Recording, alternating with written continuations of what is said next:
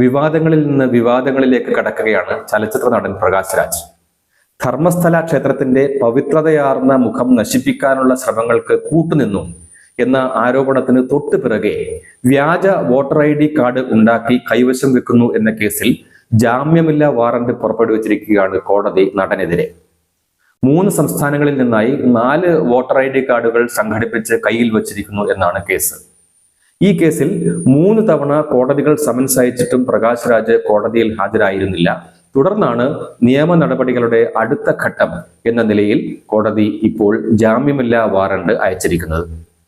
ബംഗളൂരുവിലെ ശാന്തിനഗർ, അതുപോലെ തെലങ്കാനയിലെ സിരിലിംഗംപള്ളി, പിന്നീട് തമിഴ്നാട്ടിലെ വേളാച്ചേരി എന്നിവിടങ്ങളിൽ നിന്ന് നടൻ വോട്ടർ ID കാർഡുകൾ സ്വന്തമാക്കി എന്ന പരാതിയാണ് ഉയർന്നിരിക്കുന്നത്.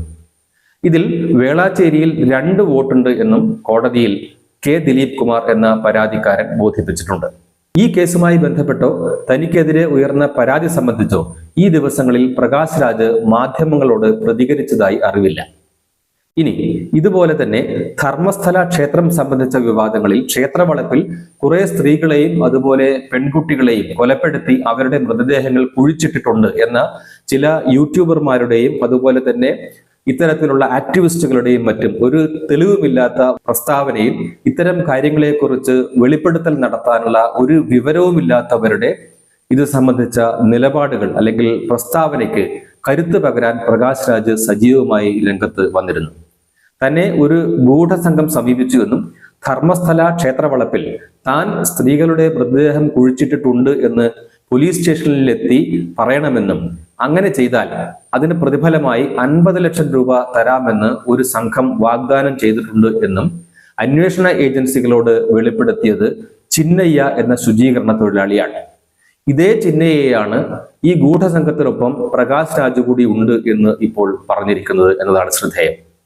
ധർമ്മസ്ഥല ക്ഷേത്രത്തെ ഇകഴ്ത്തി കാണിക്കുന്നതിന് ശ്രമിക്കുന്ന സംഘം തന്നെ വിശ്വസിപ്പിക്കാനായി പ്രകാശ് രാജിനെ കൊണ്ട് തന്നോട് ഫോണിൽ സംസാരിപ്പിച്ചിരുന്നു.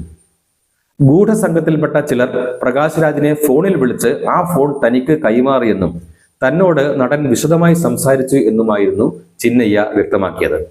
ഗൂഢസംഘത്തിന് ആവശ്യമായ സഹായമെല്ലാം ചെയ്തു കൊടുക്കണം, അവർ പറയുന്നത് പോലെ പ്രവർത്തിക്കണം എന്ന് പ്രകാശ് രാജ് തന്നോട് പറഞ്ഞു എന്നും അല്ലെങ്കിൽ അന്വേഷണ ഏജൻസികളോട് അങ്ങനെ പറയണം എന്നായിരുന്നു പ്രകാശ് തന്നോട് വെളിപ്പെടുത്തിയത് എന്നും ചിന്നയ്യ വിശദീകരിച്ചിരുന്നു.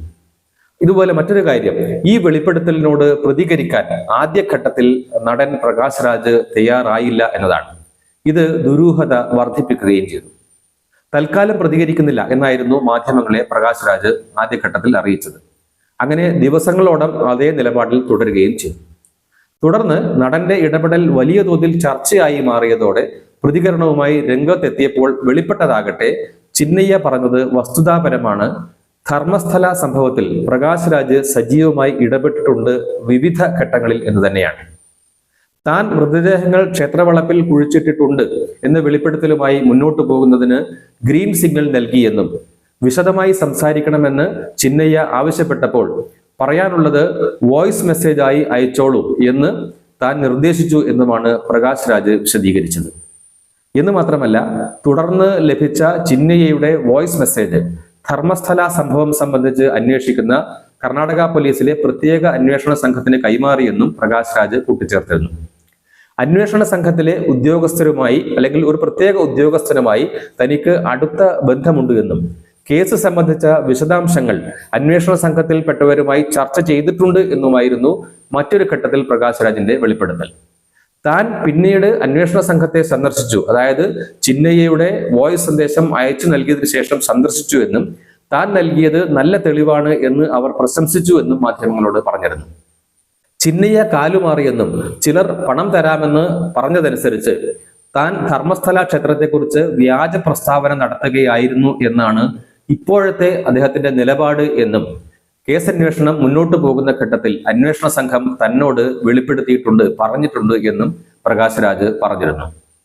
3 സംസ്ഥാനങ്ങളിലെ 3 ഇടങ്ങളിൽ നിന്നായുള്ള 4 വോട്ടർ ID കാർഡുകൾ കൈവശം വെച്ചു എന്ന കേസാണ് പ്രകാശ് രാജിനെതിരെയുള്ളത്. ഈ കേസ് സംബന്ധിച്ചും പ്രകാശ് രാജ് പ്രതികരിക്കാൻ ആദ്യഘട്ടത്തിൽ തയ്യാറായില്ല എന്നത് ശ്രദ്ധേയമാണ്. നിയമ നടപടികൾ ഏറെ മുന്നോട്ട് പോയ ശേഷമാണ് നടൻ പ്രസ്താവനയുമായി പ്രതികരണവുമായി വന്നത്. തനിക്കെതിരെ വ്യാജ വാർത്ത സൃഷ്ടിക്കുകയാണെന്നും അത്തരക്കാരെ പണിയെടുപ്പിക്കുന്നതിൽ വിജയിച്ചു എന്നതിൽ താൻ സന്തുഷ്ടനാണ് എന്നും സാമൂഹ്യ മാധ്യമങ്ങളിൽ ഒന്നായ എക്സിൽ കുറിച്ച് രക്ഷപ്പെടുകയാണ് പ്രകാശ് രാജ് ഈ കേസിൽ ഈ പരാതിയിൽ ചെയ്തത്. ഒരു ചലച്ചിത്ര പ്രവർത്തകൻ എന്നതിലുപരി രാഷ്ട്രീയത്തിൽ ഇടപെടുക വഴിയാണ് പ്രകാശ് രാജ് പലപ്പോഴും വാർത്തകളിൽ ഇടം നേടിയിട്ടുള്ളത്. അതും സജീവ രാഷ്ട്രീയത്തിൽ തന്റേതായ നിലപാടെടുത്തുകൊണ്ട് കേന്ദ്ര സർക്കാരിനെതിരെയൊക്കെ രംഗത്ത് വരാറുള്ള വ്യക്തിയാണ്. കർണാടകയിൽ VD സവർക്കർക്കെതിരെ പ്രസ്താവന നടത്തി ഒരു വിഭാഗം മാധ്യമങ്ങളിൽ പ്രകാശ് രാജ് സ്വയം വാർത്തയായി അടുത്തിടെ പ്രത്യക്ഷപ്പെട്ടിരുന്നു. VD സവർക്കറുടെ പേരിലുള്ള ഫൗണ്ടേഷനായ സവർക്കർ പ്രതിഷ്ഠാന പോലുള്ള പ്രസ്ഥാനങ്ങൾ പ്രകാശ് രാജിന്റെ വാക്കുകളിലെ പൊള്ളത്തരം ചൂണ്ടിക്കാണിച്ച് രംഗത്ത് വരികയും ചെയ്തിരുന്നു. ഏതായാലും ഇനി അങ്ങോട്ടുള്ള ദിവസങ്ങളിൽ ഈ രണ്ട് കേസുമായി ബന്ധപ്പെട്ടും, അതായത് ധർമ്മസ്ഥലയിലെ വിവാദ വെളിപ്പെടുത്തൽ, അതുപോലെ തന്നെ 4 വോട്ടർ ID കാർഡുകൾ കയ്യിൽ വെക്കുന്ന ഒരു വ്യക്തി എന്ന ഈ രണ്ട് വിഷയങ്ങളുടെ കാര്യത്തിൽ പ്രകാശ് രാജ് കൂടുതൽ മാധ്യമ ശ്രദ്ധ അല്ലെങ്കിൽ പൊതുജന ശ്രദ്ധ നേടിയെടുക്കും എന്ന കാര്യത്തിൽ തർക്കമില്ല. കേസ് അന്വേഷണം ഏത് രീതിയിൽ പോകുന്നു, അതുപോലെ തന്നെ അന്വേഷണത്തിന്റെ റിസൾട്ട് എന്താകുന്നു എന്നതിനെ അനുസരിച്ചിരിക്കും പ്രകാശ് രാജ് എന്ന നടന്റെ ചലച്ചിത്ര രംഗത്തുള്ള വിശ്വാസ്യതയും പൊതുസമൂഹത്തിലുള്ള നിലനിൽപ്പും തന്നെ.